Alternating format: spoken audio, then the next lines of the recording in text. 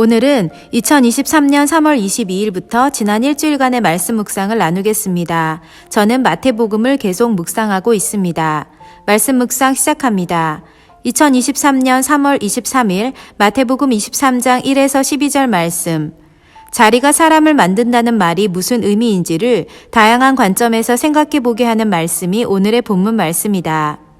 서기관이나 바리새인들은 모세의 자리에 앉아서 사람들을 가르치고 지도하고 율법에 근거하여 옳고 그름을 판단하는 지도자의 자리에 있는 사람들이다. 그만큼의 권위를 가진 자리이다. 하지만 예수님은 그들이 가르치는 것, 말하는 것을 행하고 지키되 그들의 행위는 본받지 말라고 하신다. 왜냐하면 그들은 자신들의 사회 종교적 위치와 자리가 높다고 생각하여 자신들보다 낮은 지위나 신분을 가졌다고 생각하는 사람들을 마치 종을 부리듯 하대하고 있었기 때문이다. 어떻게 보면 예수님의 가르침, 즉 섬김을 받으려면 섬기는 자가 되어야 한다는 말씀에 정반대로 행하는 이들이 곧 바리새인이나 서기관들이었던 것이다. 그러니 예수님과 이들의 충돌은 불가피한 것이었을 것이다. 예수님은 높은 자리에 앉은 사람일수록 그만큼의 책임이 많음을 희생과 섬김이라는 두 단어로 본을 보여주셨던 분이시다. 그래서일까? 주님은 우리에게 말씀하신다. 사람들에게 선생이라 불리우거나 지도자라 칭함을 받는다거나 마치 아버지와 같은 권위자가 되기를 바라지 말라고. 오직 하나님만이 우리의 선생님이요 지도자이시요 아버지임을 기억하라고 말이다. 나는 이 같은 예수님의 말씀을 통해 예수님처럼 살 자신이 없으면 또 하나님의 말씀의 원리에 따라 자신을 희생하고 남을 섬길 의지가 없으면 권위 있는 자리나 상석이나 높은 위치에 설 생각을 하지 말라는 깊은 깨달음을 얻는다. 나이나 경험이나 가진 재물이 만들어주는 자리가 아니라 희생과 섬김으로 만들어지는 온전하고 참된 선생이요 지도자요 아버지의 자리에 서고 싶다. 말씀으로 지도자의 요건을 설명해 주신 하나님 감사합니다. 명심 또 명심하겠습니다, 주님. 2023년 3월 23일 마태복음 23장 13에서 28절 말씀. 어제에 이어 지도자가 된다는 것이 얼마나 큰 책임과 두려움을 가져야 하는 것인가를 말씀해 주시는 하나님을 만났다. 말씀 시작부터 무섭게 느껴지는 것은 예수님의 분명하고도 날카로운 지적 때문이었다.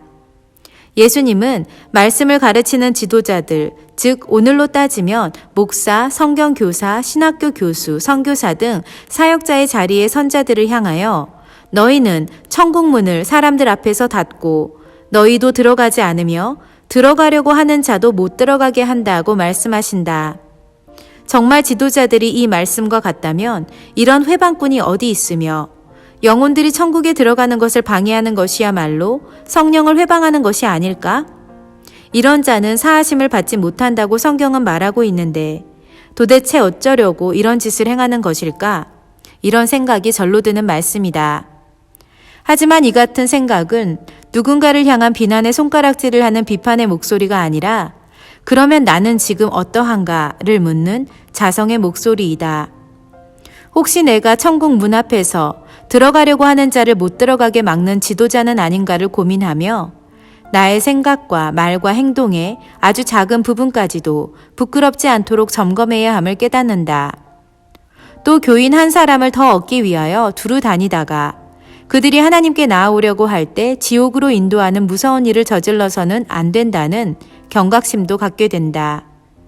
나는 신이다 라는 다큐멘터리를 보고 나니 더욱 그런 무서운 일이 일어나서는 안 된다는 생각이 드는 것 같다. 예수님의 이런 경고의 말씀과 반대되는 장면을 상상하며 위기와 두려움을 기쁨과 벅찬 감격으로 승화시켜 보련다. 천국 문 앞에 서서 우리도 그 문에 들어가고 들어오려고 하는 이들에게 어서 오세요 라고 문을 잡아주며 들어오기 위해 열심히 걸어오는 이들을 환호해주는 그런 지도자가 되면 좋겠다. 단 한 명의 교인이라도 더 얻기 위하여 두루 살피다가 또 생기면 우리보다 더 천국에서 환영받는 자로 만들 수 있으면 너무너무 좋겠다. 이런 지도자가 되기를 꿈꾸고 소망하고 기도한다. 2023년 3월 24일 마태복음 23장 29에서 39절 말씀. 조상으로부터 내려오는 유산과 전통은 후손들에게 많은 영향을 미친다. 때로는 긍정적인 영향을 미쳐서 후손들로 하여금 가문에 대한 자긍심을 갖게 해주기도 하지만 반대로 조상들의 실수나 과오로 인하여 후손들이 수치심과 부끄러움을 느끼기도 한다. 둘 중 어느 것이든 우리는 조상들의 영향, 가문의 영향을 받을 수밖에 없음을 알 수 있다. 그런데 오늘 말씀에서도 이와 비슷한 이야기가 있음을 보게 된다. 외식하는 서기관들과 바리새인들이 선지자들의 무덤을 만들고 의인들의 비석을 꾸미며 자신들은 그들을 죽이거나 박해하지 않은 좋은 사람인 척 행세한다 할지라도 또 아무리 나라면 우리 조상들이 한 일을 하지 않았을 텐데 라고 말한다 할지라도 결국 그들은 조상들과 하나로 연결된 가족이기에 결코 그 죄의 흐름에서 벗어날 수 없다고 말한다.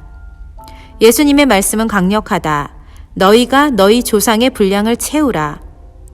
비록 우리가 하나님 앞에 범죄하지 않고 살기 위해 노력한다 할지라도 우리는 결코 우리 부모나 자녀와 같은 가족과의 연결에서 끊어질 수 없기에 그들을 위해 기도하는 것은 무척 중요한 일이다.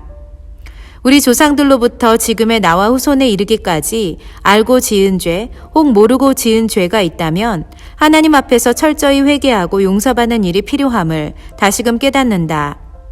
그래서 나는 믿지 않는 가정에서 자라왔기에 삶의 전반적인 부분에 불신앙적 요소가 많다. 그래서 예수님을 믿고 나서 우리 가정에 면면이 이어져 왔던 불신앙적 요소를 끊어내고 회개하는 시간을 가지려고 노력했고 아직도 노력 중이다. 그것은 나 아닌 누군가가 할 수 있는 것이 아니라 믿음 생활을 최초로 시작한 내가 해야 하는 일이기에 나는 기쁨으로 이 사명을 감당하고 있다. 2023년 3월 25일 마태복음 24장 1에서 14절 말씀. 오늘 말씀을 통해 또 새로운 깨달음을 얻게 되는 것 같다. 예수님은 말세의 때에 대하여 말씀하시며 불법이 성함으로 많은 사람의 사랑이 식어지리라. 그러나 끝까지 견디는 자는 구원을 얻으리라고 하셨다. 한글 성경에서는 불법이라고 표현했지만 영어 성경에서는 악이 만연한 것으로 표현되어 있다. 세상에 죄악된 일이 더욱 많아짐으로 인해 대부분의 사랑도 차갑게 변하고 식어지는 것이다. 사랑이 차가워지고 식어진다는 말에 많은 공감이 된다. 사람들이 이혼을 하는 이유 중에 하나는 부부간의 사랑이 식어지고 더 이상 사랑하지 않기 때문이라고 하고 이단이나 사이비에 빠진 친구의 얘기를 빌리자면 기독교에서 발견하지 못한 사랑을 자기가 속한 그 교회, 즉 이단 교회에서는 발견했다고 하니 우리 기독교인들의 사랑이 식어진 사랑은 아니었을까 싶은 생각도 든다. 어쩌면 사랑이 식어지는 게 또 사랑이 변하는 게 일반화되어 있고 보편적으로 그런 것을 당연시하는 사회가 된 것은 아닐까? 하지만 예수님은 사랑이 식어져 가고 있음을 느낄 때 우리가 어떻게 해야 하는지를 가르쳐주고 계신다. 바로 끝까지 견디는 것이다.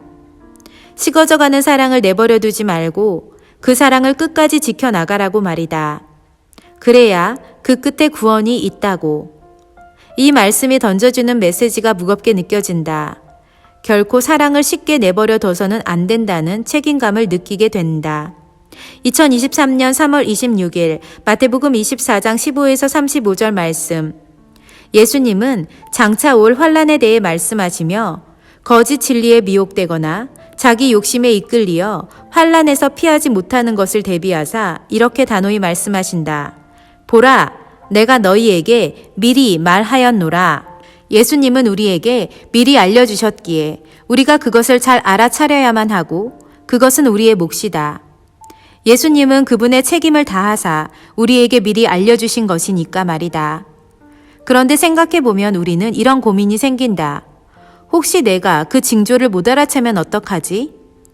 하지만 이 또한 명쾌하게 답을 얻을 수 있는 것이 예수님은 무화과 나무의 가지가 연하여지고 잎사귀가 내면 여름이 가까운 줄 아는 것처럼 우리 역시 마지막 때의 징조와 예수님의 오심을 눈으로 볼 수 있을 것이라고 말씀하신다. 동시에 우리가 분명히 기억해야 할 것은 아무리 눈으로 보고 때와 시를 시각적으로 알 수 있다 할지라도 우리의 영적인 눈이 가려지면 눈으로 봐도 안 본 것, 못 본 것이나 다름없다. 인간은 누구나 계절의 변화, 만물의 생장을 본능적으로 느끼고 알듯이 크리스찬이라면 본능적으로 또 영적 본능으로 때와 시와 징조를 분별할 줄 알아야 하는 것 같다. 무화과 나무의 비유는 어쩌면 그리스도인의 영적 본능을 깨우라는 말씀이 아닌가 생각하게 된다. 말씀하시는 하나님 감사합니다. 2023년 3월 27일 마태복음 24장 36에서 51절 말씀. 주님이 다시 오실 날을 어떻게 준비해야 하는지 말씀하시는 하나님. 마지막 때와 시는 아무도 모르기에 주님은 우리에게 늘 깨어서 준비하고 있으라고 말씀하신다. 그런데 오늘 말씀에서 특별히 내 마음을 만지는 것은 return이라는 단어가 주는 메시지의 강력함이다. 우리는 너무나 잘 알고 있다. 하늘로 올라가신 주님이 언젠가 다시 오실 것이라는 사실을 말이다.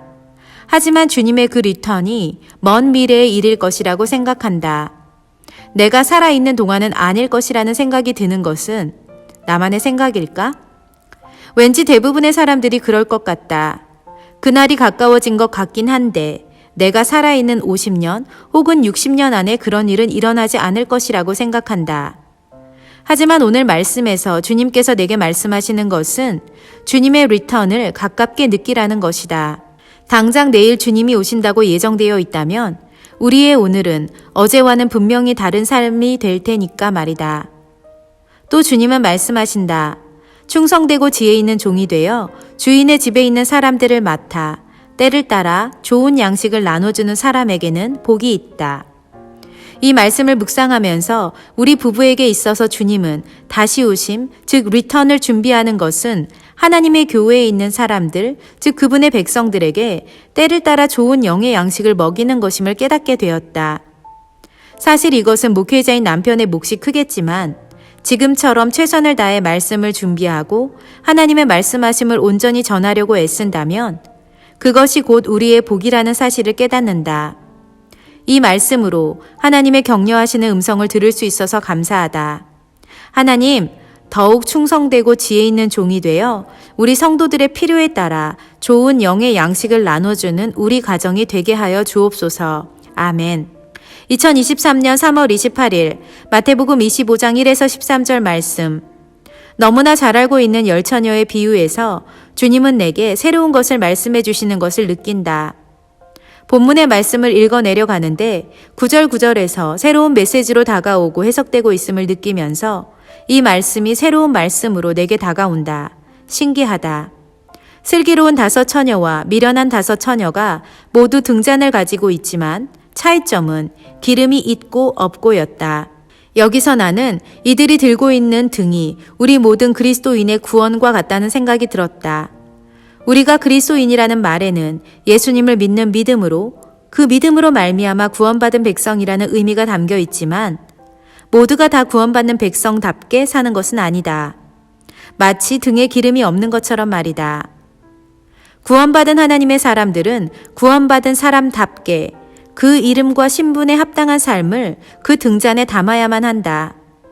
구원만 받고 그 안에 삶이 없으면 기름이 없어 불을 켤 수 없는 것과 같다. 그리고 구원받은 그리스도인답게 사는 삶은 한순간에 얻어지는 것도 아니고 또 짧은 시간 동안 노력한다고 얻어지는 결과물은 결코 아니다. 미련한 처녀들이 기름을 사러 갔던 그 짧은 시간이 그들을 혼인잔치에 들어가게 하기에 충분하지 않았던 것처럼 말이다. 우리가 신랑을 기다리는 미련한 처녀가 되지 않기 위해서는 주의 깊게 등잔을 살피고 기름이 떨어지지 않았는지를 수시로 점검해야 한다. 슬기로운 5 처녀처럼 우리가 가지고 있는 등잔에 기름을 가득 채우고 우리가 받은 구원에 구원받은 삶이라는 내용을 가득 채우는 우리의 삶이 되어야 할 것이다.